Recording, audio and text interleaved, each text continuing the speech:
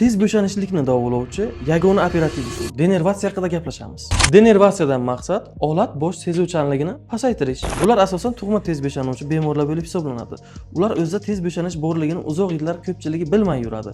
Ya'ni birinchi aloqa 1 minut, ikkinchi aloqa 20 minut, 30 minut bo'lib yurganda, shunday vaqt soat kelib ikkinchi, uchinchisiga turmay qolgandan keyin birinchi aloqa 1-2 minut bo'lib turibdi. Menda tez bo'shanish rivojlandi, yoshim 40 ta, yoshim 50 ta. Ularda aslida boshidan tez bo'shanish kelyapti. Faqat o'sha ikkinchisi, uchinchisiga turmagandan keyin vaziyat yaqqol sezilib qoldi. Birlamchi tez bo'shanish bilan murojaat qilib keluvchilarda yoki tug'ma tez bo'shanuvchilarga hech qanday tabletkalar yoki turli xil usullar yordam bermagan paytda bemorlarga lidokainli testni maslahat beraman. Bunda lidokain test jinsiy olatga sepiladi. Ustidan prezervativ kiyib aloqa qilish tavsiya beriladi.